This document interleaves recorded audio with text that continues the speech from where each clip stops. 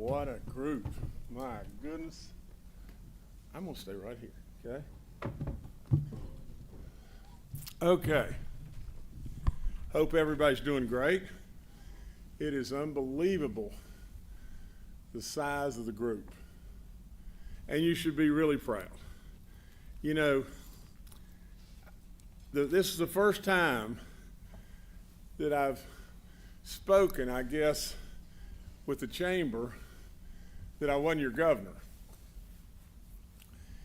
But I can tell you just this. I've told you this over and over and over as your governor. And that was, you're the engines. You're the heart of everything we do. You're the job creators. You're everything in my book. And we've been through it 5,000 times. Basically, at the end of the day, a strong West Virginia only becomes a strong West Virginia if you have strong business. That's all there is to it. Now, we'll get into all that in just a few minutes. I want to tell you just this. You'll find today with me, I'm not going to sit here and talk to you about anything that I think is negative. You see, one of the greatest honors that I ever had in the state of West Virginia was when I was called a marketer-in-chief as your governor. Because that's what every single last one of you should be doing right now today. We have so much goodness in West Virginia, it's off the chart today. Now let me just take you back just a little while, okay? You know, not very long ago, I was your governor, had 8 years that I was honored beyond belief by all of y'all and lots and lots of others. But with all that being said, what was the biggest honor? The biggest honor to me was just watching and seeing Toby and Edith out there. I always called Toby and Edith I always called our voters Toby and Edith because they are the ones that really matter. And they're the ones that depend on you. That's all there is to it. Now look, think about this just a second. If really and truly we perpetuate any level of negativity, think about your sandbox. If we say, well, our sandbox doesn't have any buckets, well, we probably didn't look in the garage because there's all kinds of new buckets. But if our sandbox doesn't have any water or our sand's got rocks in it, and that's what we perpetuate, well, for God's sakes of living, before you turn around 19 times, you're going to have a bad-looking sandbox. I would tell you over and over and over. We all know when I became your governor on the first day, it was pretty doggone tough. And then we had a lot of good times. The first time I came to speak to you, your size was nothing like this. And I love your size being this because for God's sakes of living, y'all are all spending money here at the Greenbrier. And the other thing I hope like crazy, and I don't want anybody to take this badly, I hope you all go to the casino and have the most wonderful time in the world and lose. Now, but absolutely, I want you today at least to be really upbeat about who you are. There was an unbelievable lady that just spoke. Our senior senator. Absolutely, she's doing an amazing job. And I'll promise you, together, we're bounded to hip with one another. And I will absolutely promise you on top of that I'll do the blocking. And believe me, at this size, you can knock some people on your you-know-what. But with that, she's got the ball. And she'll run the ball for you because she does an amazing job. And it's been an honor beyond belief to be with Carol and Riley and all those that are right with us every day. Now, I'm kind of bouncing all over the place, but I want to go back just a second just to this. If you'll just think, all of a sudden you're the governor. Then all of a sudden you spin around 14 times and you're a U.S. Senator. Then all of a sudden you're sitting, you're recruited basically to run for the Senate by an incredible man, Leader Mitch McConnell.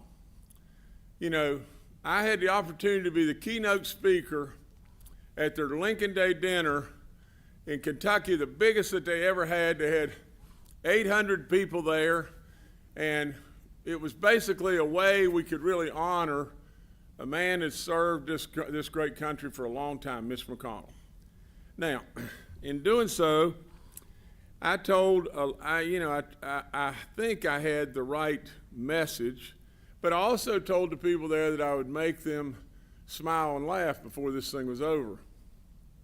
One of the things I told and everything along the way was we talked about lots of different things. I would tell you just this. How is West Virginia positioned today? Think about this. I saw our great senator, and Shelley and I refer to one another as Shelley and Jim, and I think that it should be that way forever. We've been friends a long, long, long time. My dad and her dad were really close and real buddies. And I remember them together just thousands of times.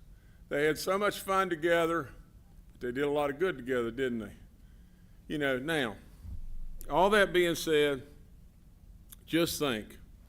There I am, and I'm at the Kentucky Lincoln Day dinner, and I'm talking about a man that has served this country and done so much goodness it was off the chart. With all that being said, when I'm done, he makes his way over. There's a ramp over here, and he makes his way over and hugs me. It's really meaningful to me. Being a senator in the U.S., in the United States of America, is an honor beyond belief. You got to know, because I love this state beyond good sense, that I'll do anything and everything I can for you, anytime, any hour. Now, with all that being said, though, just think about this.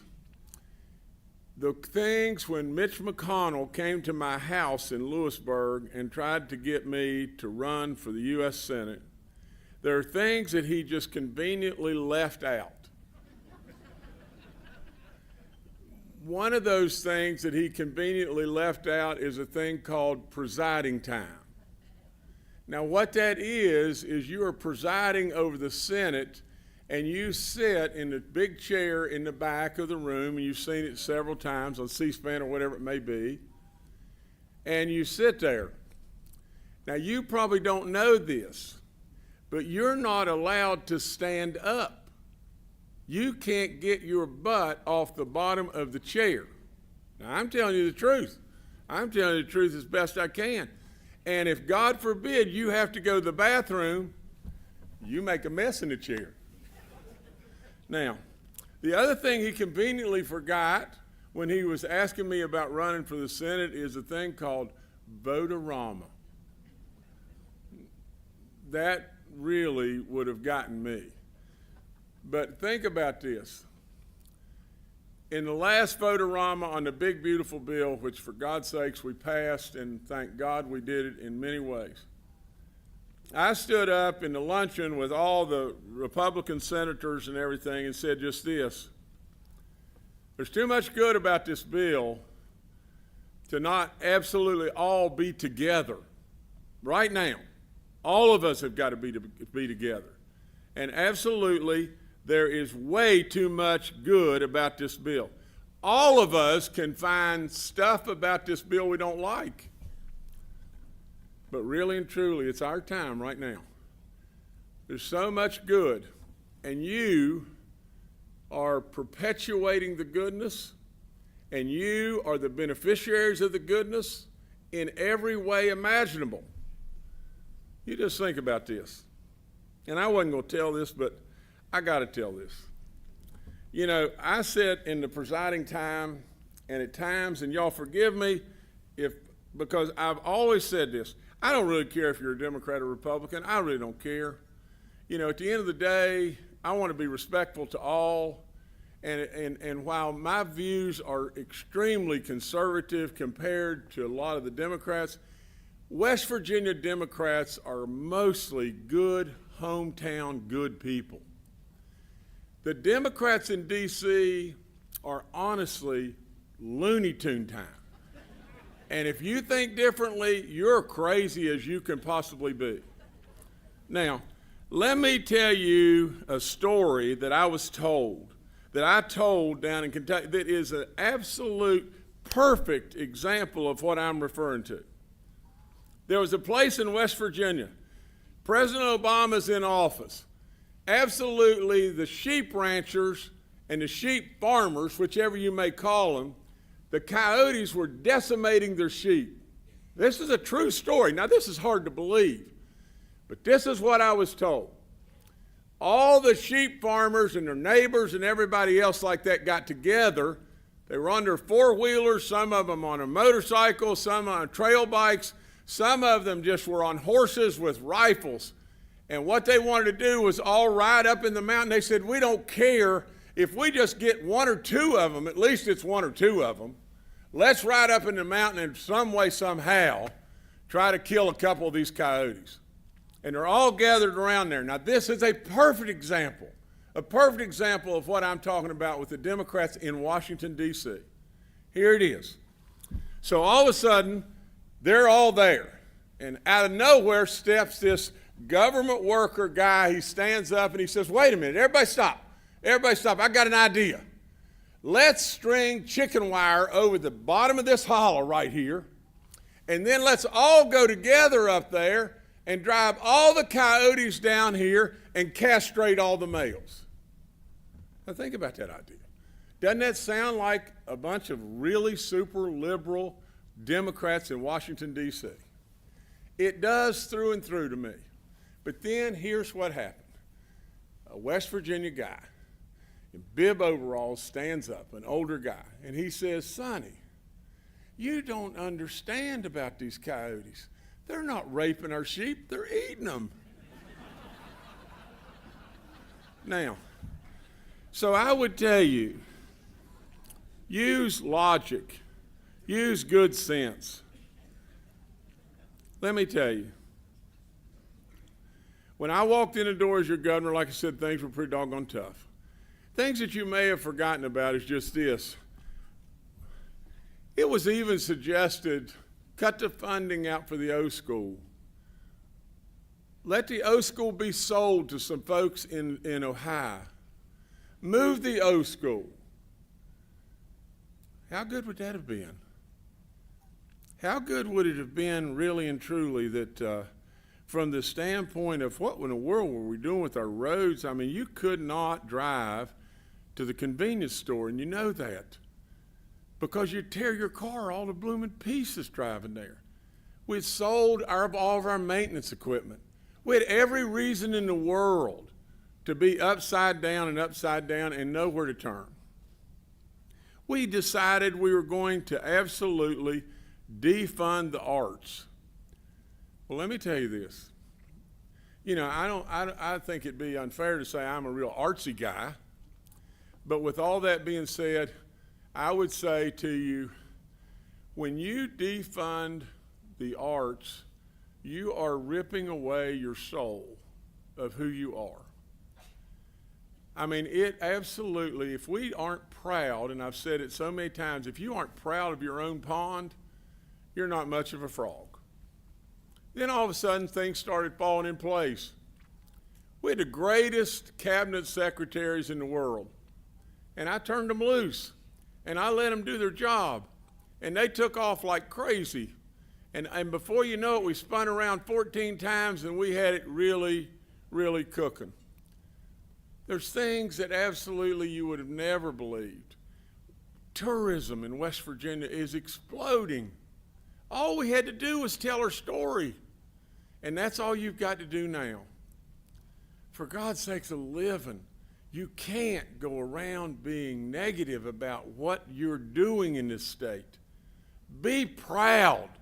For God's sakes, a living, be proud of all the goodness that is happening all around us. You can't even get all the people in the room. You are absolutely doing so much good, it's off the chart.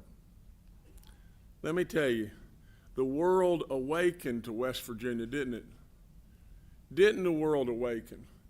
And with all that being said, how proud did it make you? How proud really were you? I've told this story many times, but down on the golf course when we brought the FedEx tournament here right in the beginning, the very first golf tournament, I'm on the television with Jim Nance talking about just how proud this tournament here right in the beginning, the very first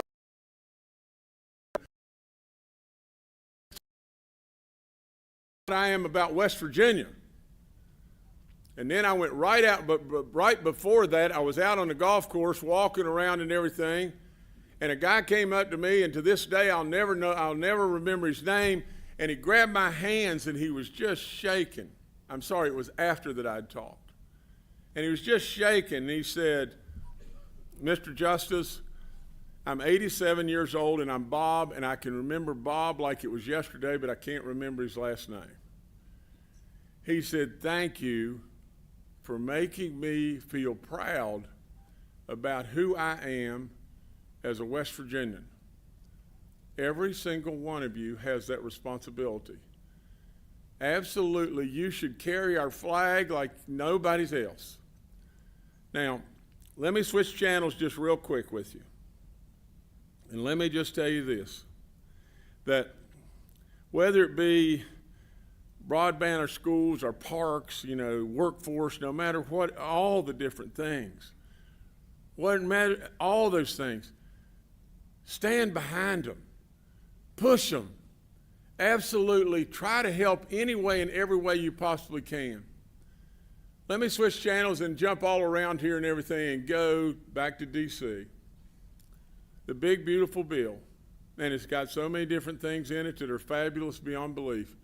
All the taxes, all the fact that we just got people right here, that, are making tips. They want to get ahead in life. Why don't we give them the opportunity to get ahead? Buy a new home, buy a new car. All of it benefits us over time. Somebody that steps up. All the different things, all the problems that we were having all over the place. The wars are stopping, aren't they? There's so much goodness happening. Is the road going to be a little rough? Yeah, sure it's going to be a little rough. The road's always a little rough. But I told our president just this, and here's another place you come to play like you can't imagine. And I told our president just this. I said, "Mr. President, this is all about three things, and only three things. My dad used to say a long time ago, son, there's only three ways you build a road. That's drainage, drainage, drainage. And in this situation, Mr. President, there's only three ways out of this whole gigantic mess, and it's energy, energy, energy.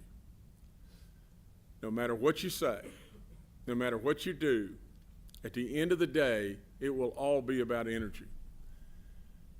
Now, I'm not going to go on and on, but I'm going to just tell you just this. If we don't get our act together and get our act together right this very minute, we're going to spend around 2 or 3 times, and a year from today, a year and a half from today, right at our doorstep right now, is an energy meltdown in this country. The grid won't handle it. Absolutely, with all that being said right behind it, the amount of energy that we have is insufficient, and we got to get moving. You, West Virginia, are the beneficiary like you can't imagine. You can't imagine the things that are right at your fingertips right now. All the different things, the magnitude of the goodness is unbelievable, West Virginia. It's right in front of you right now. Think about this. You're going to have to make 1 or 2 decisions in regard to energy. You're either going to have to decide to keep the homes warm in the winter and cool in the summer, or you're going to have to decide that you want jobs and opportunity and AI and data centers and on and on and on. You're going to have to decide one of the two right now if we don't get moving, because you can't do them both. And if we decide we've got to take care of our homes, and we can't have AI and we can't have the data centers and everything, then we're going to have a national security issue like you can't imagine. China. Absolutely, we have got to solve the energy riddle, and we've got to solve it right now. I would leave you with just this. Have the vision. Have the vision. And have the guts to execute. For crying out loud, have the guts to execute. Have the guts to keep your foot on the gas. We don't need to make it way around like a merry-go-round. Keep your foot on the gas, West Virginia. Keep it going. There is so much goodness and opportunity right now in this state, it's off the chart. Listen, if you come to me and you start this negative Nelly or whatever crap with me, I won't go to first base with you. That's all there is to it. I don't want to hear it. I want to hear goodness. You know, when you absolutely play in life with somebody and growing up with somebody, you wanted somebody jacked up. You wanted somebody stuck on. Well, I've been stuck on my whole blooming life. And absolutely, I can't take somebody around me that's a stick in the mud. And I would tell you, if somebody around you is a stick in the mud, take a stick and beat them with it. I would say, lastly, stand shoulder to shoulder with one another. Stand shoulder with business, shoulder with government, shoulder with community. Stand there and be proud of standing there. Absolutely. I tried with all in me to build our state to win. And as your U.S. Senator, I will break my neck to try to bring all the goodness I can possibly bring to this unbelievable state, because I love it beyond good sense. That's all there is to it. Always remember you're the best. You're the absolute best. Listen to Toby and Edith. They're so grounded and they're so good, it's off the chart. Listen to them. Listen to them. And lastly, I would say, remember 4 things that came to me a long time ago in one of the primary debates in the very first time I ran for governor. Remember, you're within a rock's throw of 2/3 of the population of this country. You have 4 of the most beautiful seasons on the planet. You're a treasure beyond belief in every single way. Your people are off the chart so good, it is unbelievable. And you abound in natural resources that are completely off the chart. How in the world could you pitch 50th? How could you do that? You got a ball team that's unbelievable. Absolutely unbelievable. Pitch 50th. Remember when I ran the first time, I put those big giant signs up that said, "Tired of being 50th?" Well, we're not 50th anymore, are we? Absolutely go. Keep your foot right on the gas and remember one thing, and this is the very reason and the very thing you're here. This is not about raw milk. It's not about deer antlers. It's about keep the economics right. Get the economics right. You get the economics right, you can do anything and you can help all of our people in every way. And if you get them wrong, you got a real problem. Last thing I'd say to you is just this. One thing we did is we went out in the world and basically competed to bring businesses to West Virginia for the very first time. Keep your foot on the gas, West Virginia. Tell your story and go get more and more and more businesses, because Toby and Edith depend on one thing for you to do. Bring them jobs. God bless you. Thank you.